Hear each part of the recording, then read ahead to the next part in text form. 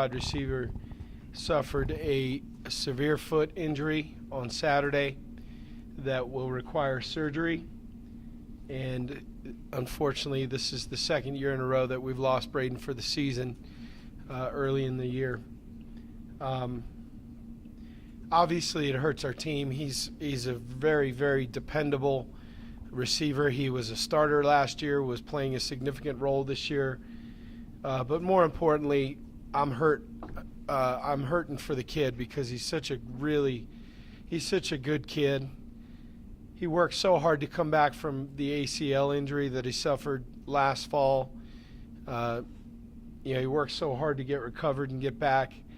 And now, and it's an unfortunate, it's just literally two years in a row of awful luck. I mean, there's just no other way to describe, what's happened to him. It's just bad luck. So, we'll keep him around and told him I want him to be involved with us as much as he can be. His surgery is scheduled for next week to repair the foot. So now with Sanchez, Crandall, Consuelos, Weber, Fonts, and Collins, we have had 6 guys suffer injuries from the start of training camp to now that have required surgeries that have been lost, if not for the season, for the 8 to 10 week period. So we've kind of been bit by this bug. Not all our starters, but a lot of guys were going to play roles, and now we've got to just keep working through the roster and get more people involved. And if we keep going like this, at some point we could end up calling some freshmen up out of the minor leagues that we had hoped to redshirt. But if this stuff keeps happening, we don't have any immediate plans, but we've already begun to identify who on the roster might have to come up if the injury bug continues. That said, we're excited about the opportunity to go play a Big Ten team on the road. I've had the opportunity to be in Ross-Ade Stadium a couple times. It's a really neat atmosphere. Again, a Thursday departure because of the 3 time zones for us. 12 p.m. local start, 9 a.m. back here. So hopefully our fans will turn on ESPN News and watch the game as they're eating their Fruit Loops. The time doesn't bother me. We practice in the mornings. I'd be more worried about it had we still been an afternoon practice team. But the fact that, every day at 8:45 we're already on the field and moving, our body clocks are used to that. So I'm not as concerned about the start time had I been if our schedule was the old one when we first arrived here. I know there's been a lot of talk about look at their record over the last couple of years, and I don't think that's fair. I think every college football season is its own separate entity. I think Darrell Hazel took over a program that was in rebuild mode. They played a lot of young players in his first 2 seasons, and those players develop. And, the people that look at their record the last 2 years and say, well, this isn't going to be as a difficult a game, or you're not playing up, I don't think that's fair. This is still a Big Ten football team with Big Ten players on it, and we're going to have to play really, really well. We're focused really on our standard of play, trying to keep improving. I thought we did that from the Notre Dame game to the Buffalo game. We improved in all 3 facets. We're obviously not anywhere near where we want to be yet, but we've got to remain focused on simply improving, playing better fundamentally, playing smarter, which I think we did, coaching better. So that's where our focus remains. Obviously, game plan-wise, we're preparing for Purdue and everything that they do and the challenges that they present. But in the overall grand scheme of things, we're trying to be us and be the best that we can be and do what we do and just hopefully do it better as every week goes on. Offensively, they have some playmakers. They have some explosive guys. Their skill has very good size. Their wide receivers are all 6 foot and above. In my opinion, one of their better wide receivers is 6'3", a very good-looking guy. They have moved the ball, I think, and I thought I saw this even Coach Hazel in his press conference today said, I think they've had a little bit of bad luck, and I think the quarterback at time has tried to throw it into some tight windows, and the ball gets tipped up, and it ends up being an interception. They're moving the ball. They're just having a couple of drive killers that are hurting them. I think they're pretty good on offense and have some people that we need to be worried about. And I think they've done a nice job of showing balance, the ability to throw it and to run it. Personnel-wise, the guy that jumps off the film to me is Markel Jones, the running back, number 8. I think he's a really, really good football player. He suffered a shoulder injury in the second half of the Cincinnati game, but I fully expect that we will see him. They've had the good fortune of having a bye week here to get healthy and get right. So I expect that we'll see him. He's a very talented player, 5'11", 210. He's got good size and he's got good speed for a 200-pounder. The quarterback, David Blah, I hope I'm saying that right. If I'm not, I apologize, David. 6'1", 200-pounder from Texas. He's a sophomore. He played young. He has got a cannon for an arm. He is not afraid to throw it into tight windows. He can make plays with his feet. I think he's a good football player. They've got 3 talented wide receivers in D'Angelo Yancey, a 6'2", senior, Cameron Posey, the slot, a 6'1", fifth-year senior. And the guy that really has come on this year is number 5, Dominique Young, 6'3", 215-pound receiver from L.A.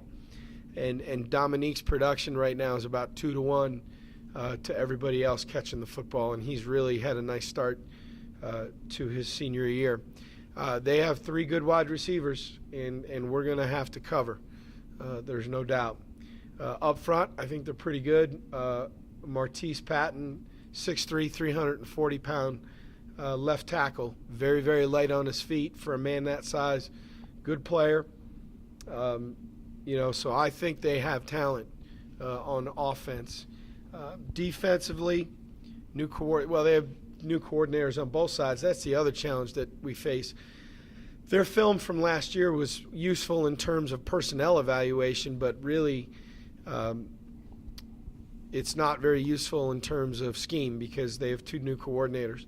So we only have the first 2 games to go off of, and then any research that we've done beyond that as to where the other 2 coordinators have been and kind of what they did in their histories. Very aggressive. They're going to pressure you. Their safeties are involved in the pressure far more than anybody we've seen in a while. They like to blitz their safeties. They like to get them down into the box.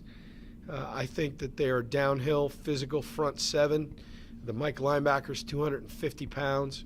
And I have no doubt that they'll be committed to stopping the run. I mean, we went for 350 some odd yards last week. James had a great game. I have no doubt that their front 7 will be geared up to try and stop our run, and we're going to have to, do what we do and do it better and be prepared. They do a nice job of disguising.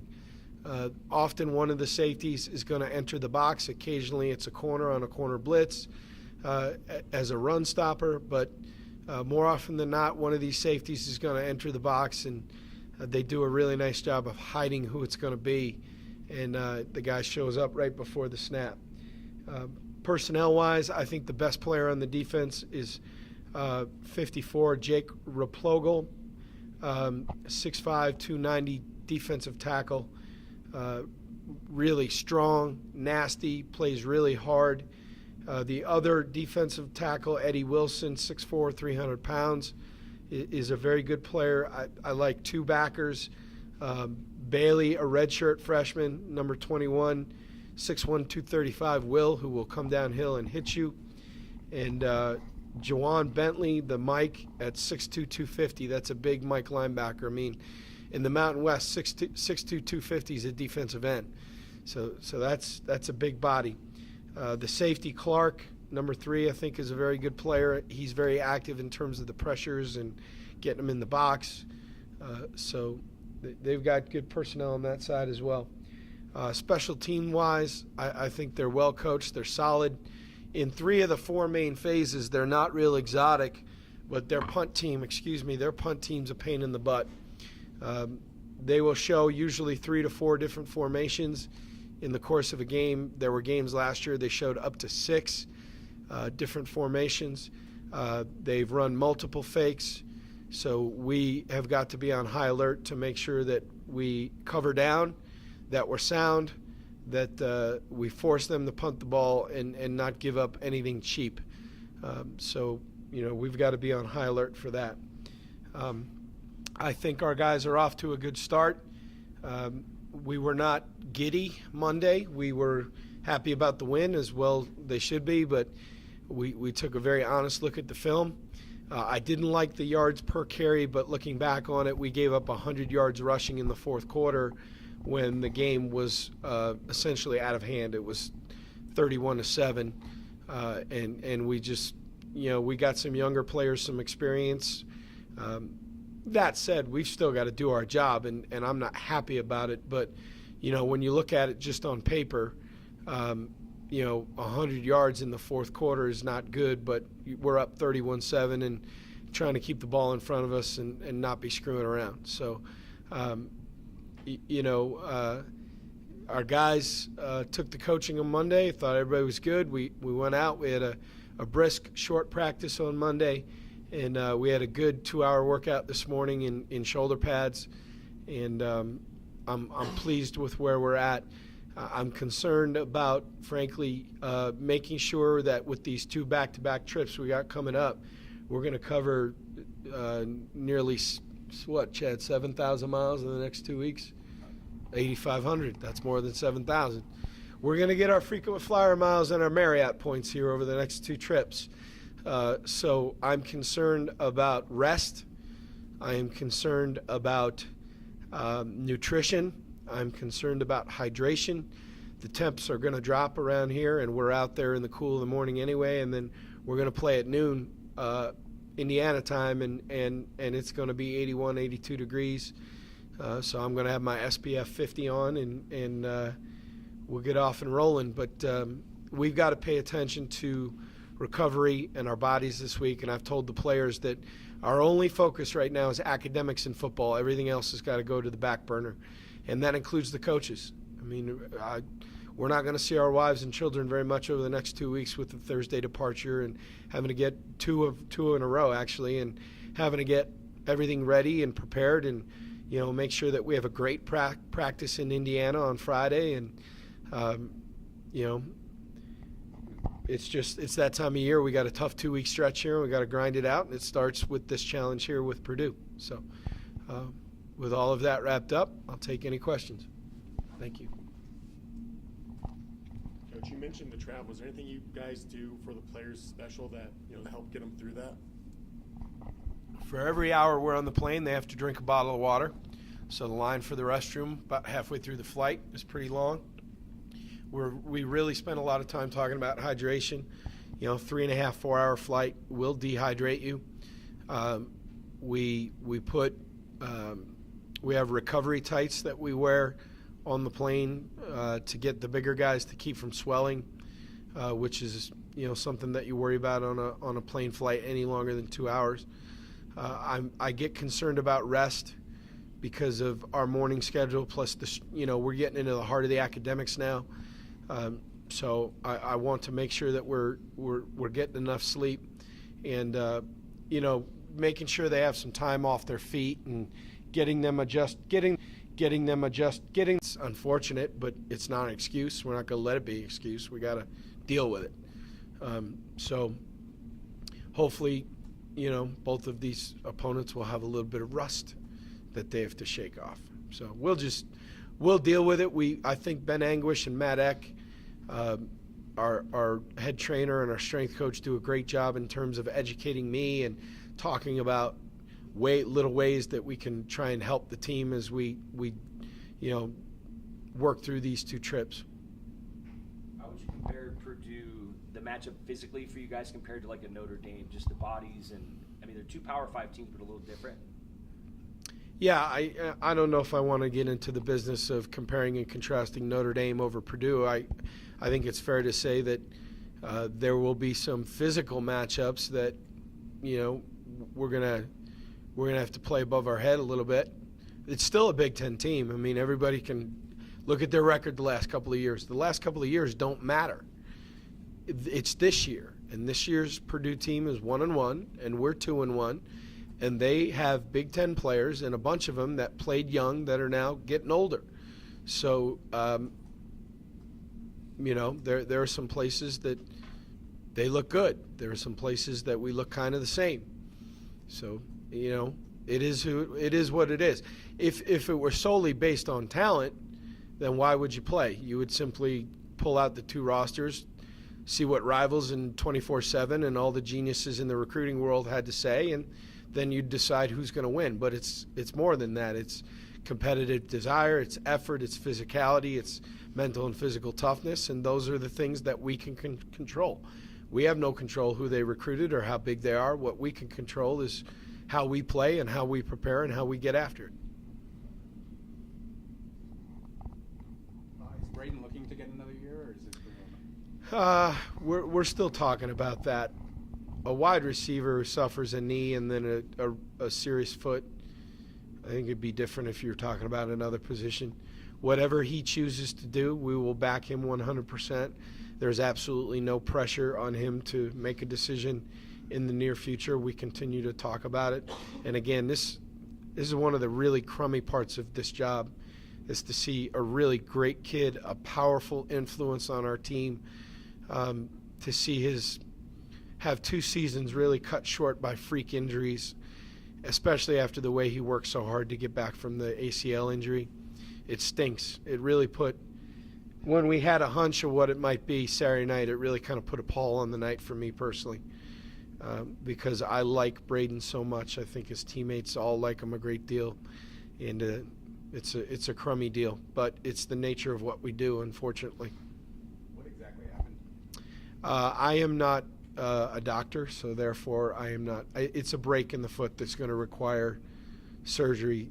As far as like the play, was he hit? Or No, literally planted his foot in the turf to block somebody, got a little bit of pressure back against him and felt a sharp pain. In fact, he described it as though he had been stepped on. And then when we went back and looked at the film, nobody stepped on him, but that was the sensation that he felt. So it was really a freak accident. I know you said your team's already moved on from Buffalo, but can you take some momentum with the way you guys played, especially offensively, the amount of yards? Can that carry over this week into this game? Sure, I hope so. Obviously every game's a separate entity and every game plan is different, but the fact that we cleaned up some mistakes and finished some drives and made some plays, hopefully we'll continue to build off of that. There were things in all 3 phases that we could build off of. Clearly not where we want to be, but improvement, and that's what we're focused on, trying to get better each and every week.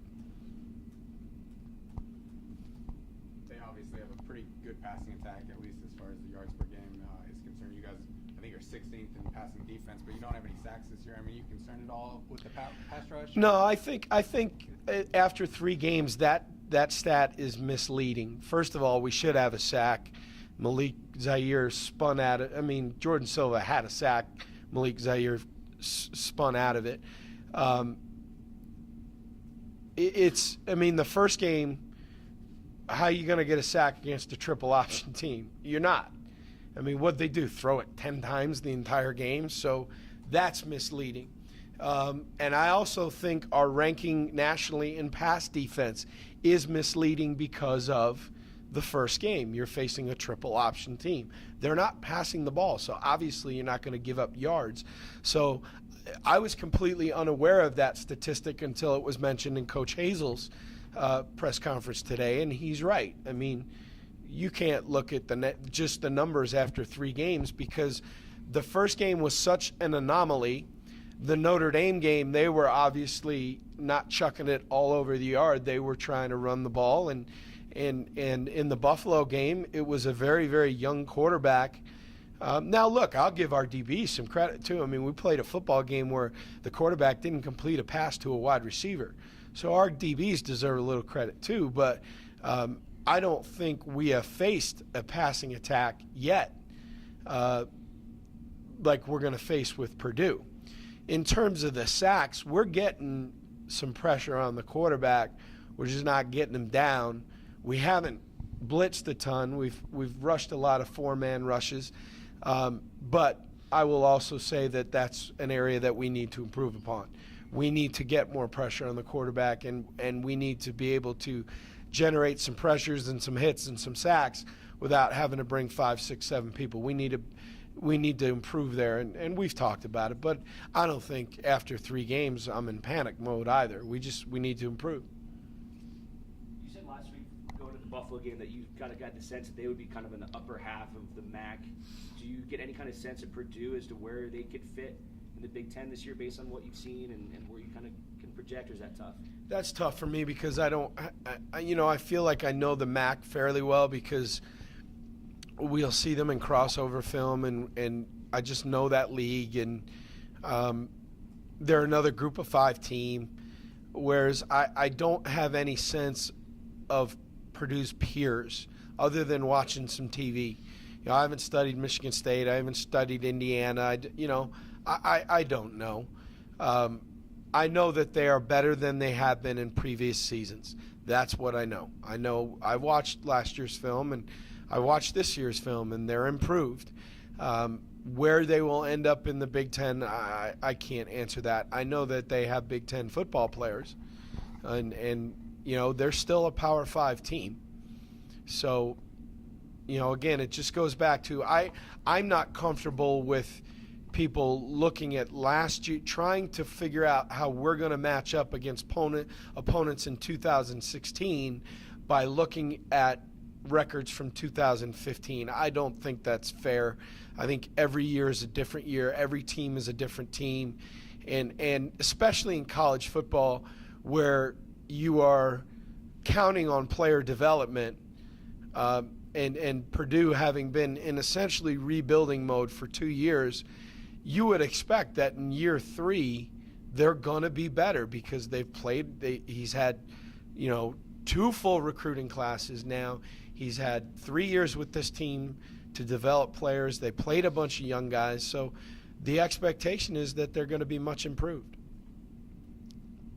Getting a win over a Power 5 school, would that be a big deal? You guys did it against Washington State. Obviously you guys are at the same level, even though kind of different levels. But, is that kind of a landmark win or a big thing for a program to be able to go and beat a Power 5? I don't know if landmark is the right word. Like somebody asked me after the Washington State game, is this a signature win? I don't know what signature win is. It's just a win. Would going to a Big Ten stadium and winning be meaningful? Sure it would. I'm not going to lie to you. Yeah, whenever a group of 5 team defeats a Power 5 team, I think it's a big deal because it's not an even playing field. It's not. And anybody that says that it is, there's the anomalies, right? Boise State dedicates the kind of finances to facilities and to the infrastructure of their program similar to a Pac-12 school, but they are an outlier compared to the rest of the group of 5. So it is not, while they have struggled in recent years, the reality of it is, if you look at how the 2 programs are supported, the facilities, all those things, it's not an equal playing field. We are not Purdue's peer when it comes to how the program is supported and run. So if you rise up and you beat a Power 5, it is a big deal. Despite what people want to say about their records or anything like that. I regret looking back at my poll this week. I did not put North Dakota State in my top 25, and looking back on it, I regret that because that vote's got to be in by 9 a.m. our time on Sunday, and we play a night game, and I'm getting up early and trying to be thoughtful and do a good job. But, after having thought about it, as good as North Dakota State is, and they're tremendous, they're still not a Power 5 program. And then to go on the road and beat a Power 5 Big Ten team, that's a meaningful win. So, I guess that's a long answer to a brief question. But, I think if we can go win this game, it means something. I know when you guys played the New Orleans Bowl, you thought that the early start was a negative. Just by switching your practice schedule around the last couple of years, you don't think that... Yeah, when we were in the New Orleans Bowl, we were an afternoon practice team. And that was so our bodies were not used to being up like that, and we were not used to being on the field running around. I think the pregame for that game we might have been on the field like at 7 a.m. on our body clocks. But I think it's different now, given the fact that every day at 8:45 the horn blows and we're out there running around and we're playing football. So our guys are used to being up that early. They're used to being into football that early. So I'm certainly not going to allow anybody to use that as an excuse. We should be prepared for that. Piggybacking off of this question, if you guys were able to win at Purdue, that would be 3-1 in non-conference play. How important would that be to you? That would be a good deal. Yeah, I mean, if we came out of the first quarter of the season 3-1, I would be very pleased, and we would be off into the Mountain West schedule then. I don't talk that way in front of the players. We don't talk about the season as a whole or portions of the season. Boy, wouldn't it be great if we could come out of non-conference in 3-1. We are really, our approach with the team is 12 one-game seasons, and our only focus right now is trying to play as good as we can play and compete and try to beat Purdue. What it means in the grand scheme of things, we don't think about that on a daily basis. For me as the head coach, would it be nice to come out of non-conference 3-1? Yeah, it would be. But right now, the only thing we're focused on is trying to beat a pretty good opponent on the road. We good? Anything else, Coach? Thank you.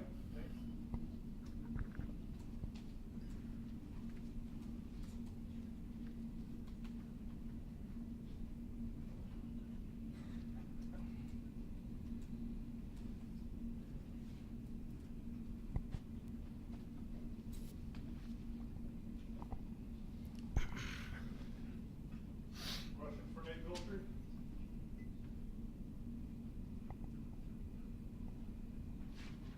When you look at their defense, I guess, what kind of stands out to you?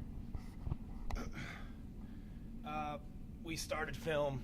I started looking at it a little bit Sunday with most of the guys, and we checked it out Monday and Wednesday, and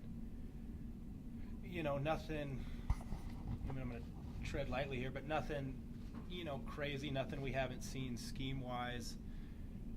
No bodies, no physical specimens, if you would, we haven't seen, or that we can't game plan for. Nothing. Nothing to make me nervous or anything, if that answers your question. When you look at what you guys did well in the Buffalo game to run for 352 yards, I mean, what was working there that you guys feel like you could build on heading into this game?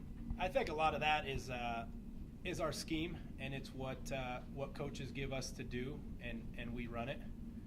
We do exactly what we're told by them, and I know they will scheme to what they, Coach Cramsey and company will scheme to what they think works or what could work in the game, and we're going to run it to the best of our ability, and we're going to rep it all week. And, every play is designed to get a touchdown. It doesn't always work out, but, Buffalo, obviously we had some success, and we're looking to obviously build on that and continue. Doing something on Jake Henry, I guess, what has he meant to the line the last 2 years? He's a good buddy of mine. I'd say one of my best friends on the team. But he's a good dude. He brings a positive attitude every day. He's I guess a little goofy like myself. Maybe that's why we get along. He just kind of not a big rah verbal guy, but just comes out and puts his head down and goes to work, and never really hurt or banged up, never really complaining, just keeps going, just consistent. I think when you got here, he was like a blocking tight end in that 2013 season. I guess what's gotten to the point where he can start as a tackle at the Division I level? Yeah, a lot of that is body weight. He had to go from whatever he was, 230, 240 pounds to 290 pounds plus, and so again, that's something coaches say, hey, we want to put you a tackle, and they say jump, and you say, hey, that's great, how high? So he put the weight on, and and he has what we see on film. He has great quickness and speed, of a tight end, if you would, yet being so much heavier at tackle size. So I think that's one reason why he's doing so well at that position now. How would his personality kind of mesh with the rest of that group? He seems like maybe the quietest of those 5 starters. Yeah, he's pretty quiet. Say on the field wise, like I said, just kind of puts his head down and goes to work and does what he's supposed to. But in the locker room we have a good time, and downtime on the road we have a good time. He's not a real quiet guy off the field. He gets along with everybody, and we friends with everybody, and yeah, we have a good time. You go into this challenge against a Big Ten team. I mean, obviously every game you just want to win it, but is there something different when you go to the home of a Power 5 and maybe kind of prove that you can play with those guys and you belong at the same level as them? Well, sure. I think a part of everybody is, and every player on this team and every team in the country is, no matter where you go or who you play, you want to play to win and you want to play to beat them. Power 5 doesn't necessarily mean much to me or other guys, just in the fact that it's a road game and a short week for us because we're leaving early. But as far as going with something to prove, and hey, we have a chip on our shoulder, and hey, we're gonna play tough this game and get one, win one for the Gipper. No, not necessarily. We just kind of, coaches prep us and teach us, what to do, and like I mentioned with scheme, and so opponent to us doesn't necessarily matter, and the goal of every game, home or away, is obviously to go and win. You mentioned travel for these next 2 games isn't going to be easy. How do you manage that? It doesn't. I mean, I get to miss class, so that's a plus, but it doesn't bother us. It doesn't bother us much at all. I mean, none of my really close friends on the team that I talk to on a regular basis doesn't bother any of us. I mean, it's crazy what eating right and sleeping good will do. So time change doesn't necessarily bother you if you go and get a night's sleep, and like I mentioned before, coaches have us on a schedule and have us doing what they think we should do, and Ben English and the training staff and the strength staff has us all dialed in, and like I said, you don't notice much of a change traveling or time changes when you do what you're supposed to and take care of your body. So it's basically about routine. Yeah, just routine, and hey, bed check is this time, and okay, we got 9 hours till we got to be up, so I'm going to make sure I get to sleep, and then with consistent night's sleep and rest during the day when you have downtime and eating right, like I said, it's crazy what your body can bounce back from.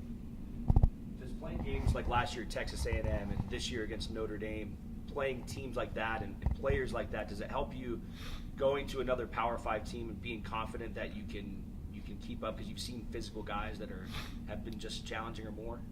Yeah, sure. So yeah, you go to places like that, and occasionally guys are a little bigger than what you're used to being in our conference and whatnot.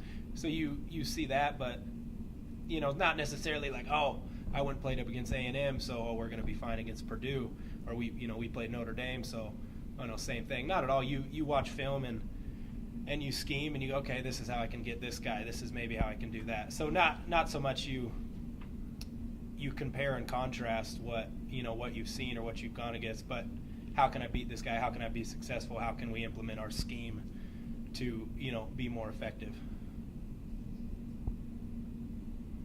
Your guys' first kind of big blowout win of the season, was that something your team needed at all? I don't want to say we need it as if Coach Polian mentioned it's some milestone or anything, but it's kind of we came out and like our goal of every game is to win, and our goal of every game is to score touchdowns. So the fact that we came out and our scheme worked and we were able to execute and put points on the board that, happened to be more than them and win the game. So now everybody wants to talk, oh, you rushed for 350 something on yards. Well, a lot of us yeah, all right. That was the plan. That's what we wanted to do. That's what we like to do every week if it works out. So no, not necessarily hey, great job, guys. That was a good one. It's, hey, great, on to next week and the following. Can you take some momentum from that, especially with the offensive line coming off a game like that? Sure, yeah. You see, hey, we did this real well, so let's go ahead and replicate that and implement it week after week, and make sure we continue to do that. So you can build off good stuff you did, and then as the same, we're always striving to play the perfect game, and we never do. So then you see, hey, if we did this better, that one maybe would have broke. If we did this better, maybe we could have helped out, in this situation. So, you take the good things and with a grain of salt, and you take the bad things, and that's what you want to focus on and fix and correct to, always chase to be, as an offensive line, better offensive line as a whole.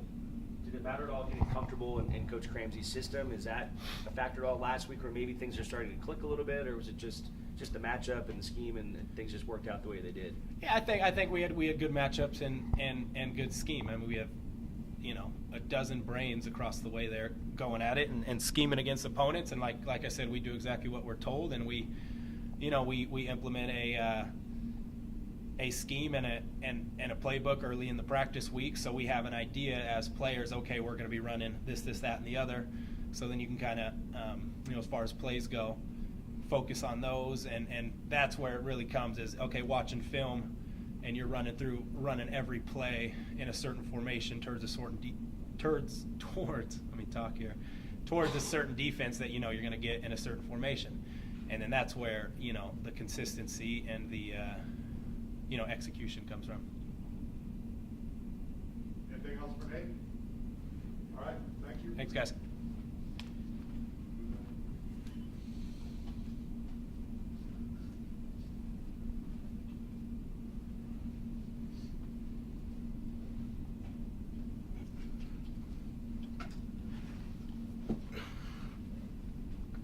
Questions for Korey Rush? What is going to be the biggest challenge against their offense? They have a Big Ten O-line. They're really big up front, strong, and they've all played a lot of games. So obviously the O-line's going to be a challenge, but we're ready for it. How would you assess the defense through 3 games? I think we've played good in spurts. Obviously our defensive line can do a lot of things better. I think the back-end guys have been really good against the pass and have tackled really well, and we need to do a better job at stopping the run. Is there a pass game or run game more dangerous if you break the team down? Is there one thing that you think that they're better at? I think that they have a really good back, number 8. He's a really good running back, but they can throw the ball very well. So we have to be ready for both. As a team, we need to stop the run better. So that's what my primary focus is on. But they will also pass a lot, so we got to be ready for that. When you look at the run defense, I guess why has it not been to the standard if it's not there yet? I don't really know what the answer to that question is, but it's nothing that we don't know what to fix. It's just a matter of doing it. Our coaches give us a great plan every week. We just have to execute better and play harder. I think that's the main thing. So. Second game against the Power 5 school in the last 3 weeks. I mean, is that a special challenge, or would winning a game like this mean a little bit more just because of kind of the distinction of schools like that? Yeah, I mean, Power 5 schools, they're bigger than us, but a win's going to be a win, whether we're playing Cal Poly or whether we're getting one over Purdue. To me, they're going to mean the same, and they're just another win towards the bowl game. So, to me, they're the same. But going 3-1 versus 2-2 in the non-conference play, I mean, would there be a big difference between that as you guys, go into Mountain West to try and win a championship? I don't think it's a big difference, but I really want to be 3-1 going into conference, because I think if we're 3-1 after this week, we can really get on a roll. So, yeah. Nate mentioned going through routine helps him through the difficult travel games. Is that kind of what helps for you, or do you have something else you do? I personally like the long trips. I like being in the hotel with my guys and being around the coaches for a day longer. I really like the camaraderie of being in the hotel and flying and doing all the things. And I like going into other people's stadiums. So for me, I don't really have an issue with long trips. I think they're fun. So, yeah. So coming off a big win against Buffalo, is the defense's confidence as a whole up? Yeah, I think that we know that we can play. Personally, I didn't play very well in the Buffalo game, so I have a lot of work to do. But I think as a whole defense, yeah, we know we can play against Division I talent, but we just have to do it week in and week out. You guys all kind of looking for that first sack? I mean, obviously they're going to throw the ball probably quite a bit, and getting to the quarterback is going to be a key in this one. Yeah, I don't think we're pressing, but yeah, we're aware. We have to win on first and second down, meaning we have to stop the run and get them into longer third downs to where they have to pass downfield and we can get our rushes. But I know that Malik and Pat and Oos can all pass rush at the Division I level. It's just about executing. So we'll get it. How are you feeling? I know you got banged up pretty good in that first game. I'm feeling fine, just coming off an ankle. Just got to get right. What have you kind of learned as a first-time starter, through 3 games? I mean, you got quite a few reps last year, but kind of a different role this season. I think through these 3 games, the thing that I've learned the most is that you can never take anyone lightly or never overestimate anyone. You just have to come in and week out. Everybody's on scholarship and everybody's a good football player and everybody in the nation has good football players. So I think the main thing that I've taken away from these last 3 games is treat every opponent with utmost respect and put in the work that's required. Anything else for Korey? Thank you.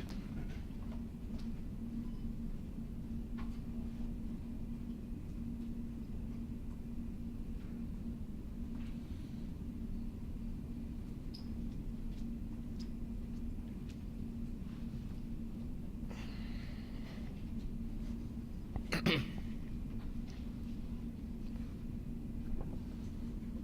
think they're throwing for like 315 yards per game. I guess why is the passing offense so dangerous? Purdue. Oh, why is Purdue's passing Oh. offense so dangerous? And they're putting up pretty big numbers. Obviously, a lot of interceptions, but they've been able to move the ball pretty well through the air. Oh, okay. Well, from what the coaches told me, they have 2 good receivers on the outside. So and the quarterback can throw it around a little bit. So I'm guessing that's why. You looking for that first sack for the team and for you individually this year? Yeah. I mean, it's something that we noticed, but like it's not something that like we panicking over right now. It's like we still gonna go out and do our job and do it to the best of our ability. It's gonna come like eventually. You feel like there'll be a lot of opportunities this game to get that, just because they do like to throw the ball quite a bit? Oh yeah, like you said, they like to pass around the ball a lot, so we're expecting to get some pressure on them. Is there any competition amongst you guys to get the first one? I wouldn't say it's a competition. We like more for each other. Like if one person gets a sack, okay, everybody's gonna be happy about it. So it's not really a competition. It's just about like being happy for the next person. You go into a Big Ten stadium. I mean, is there a little something extra in this game, or I mean, do you look at this as an even bigger challenge than maybe a game against like Buffalo? I just look at this as another opportunity. My goal each week is to be 1-0 at the end of each week. Obviously, they got Big Ten players, so they're going to be a little bit better. So we just have to come in focused and ready to come out and play the best of our ability on Saturday. What have you thought of the defense through 3 games so far? I feel like we made improvements every week. Like we played really well last Saturday, but we still got things we can improve on to where we want to be, on the level we want to be. Doing something like Jake Henry, I assume you go against him in practice every now and again. Yeah. I guess what do you like about him? What makes him a starter at this level? He has good feet and he's pretty quick. Like they said, he was a tight end before he became a tackle, and he doesn't let things get him down. Like say he gets beat one time, he's gonna come back and compete. That's what I like most about him. I'm asking everybody this. How do you go through your travel routine? I mean, what helps you get through those long trips? I would have to say they really keep us on like a tight schedule. So like it's pretty much following the schedule. Like long trips not hard for me because I'm from a long way. I'm not from here anyway, so I'm used to traveling. But it's just following the schedule, like I said. Anything else for Malik? All right.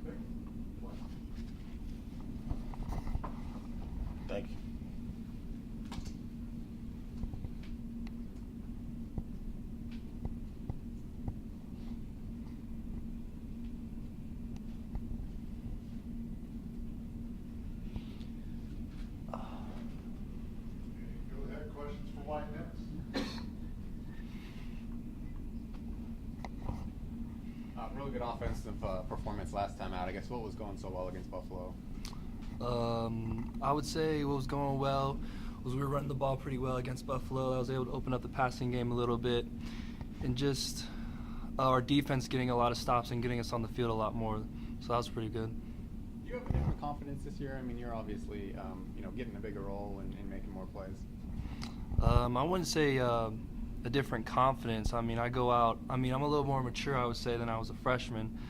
But I go out each and every game, treat every game the same, and I just do what I have to do to put myself in the best position to help the team out and help the team win. When you look at their defense, I guess what kind of stands out? They press a lot. Their corners are going to be up in our faces a lot more than any other team we faced so far. I mean, we only played 2 games, but that'll be a little different. But other than that, I mean, they're Purdue. They're just another opponent we got to play.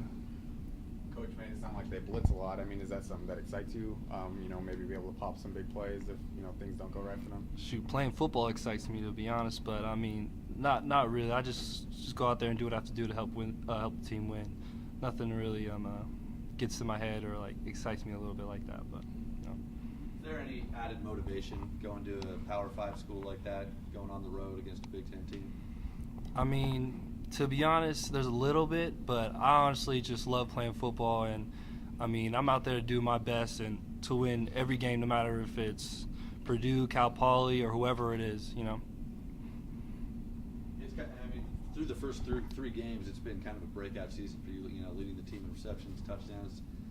What do you think's been the difference this year for you personally? Man,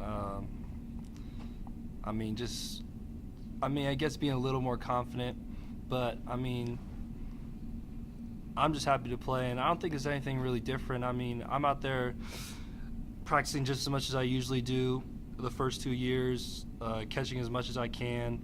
I mean, there's nothing really different. What was that moment like in that first game against Cal Poly, that first touchdown, and the way that you had it, such a great catch? What did that feel like?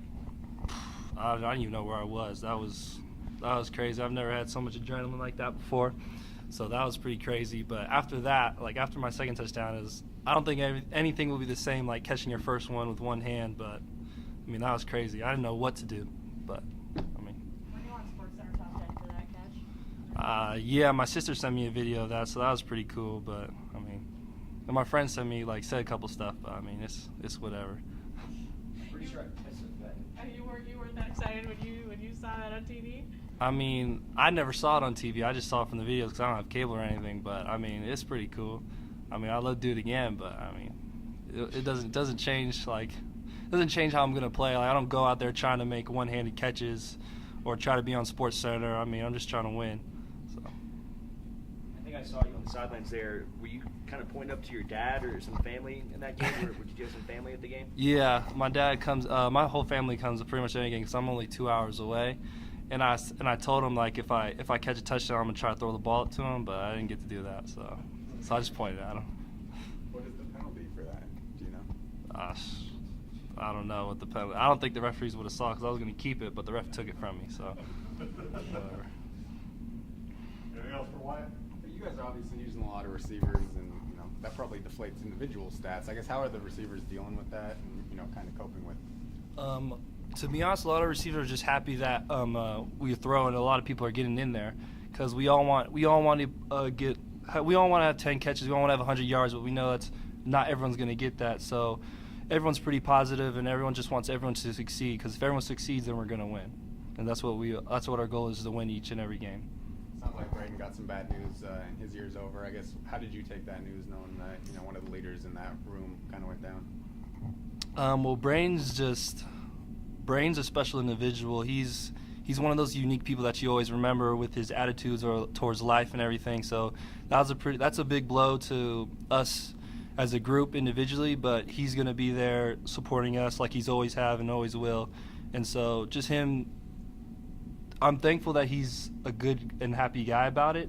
But I mean, it is pretty sad to lose someone like Braden to our position group and to our team. You have Apple TV or just no TV at all? I have PlayStation Network and Netflix. That's all I watch. Yeah. All right. Thank you. All right, thank That'll you. do it this week. Thanks, guys.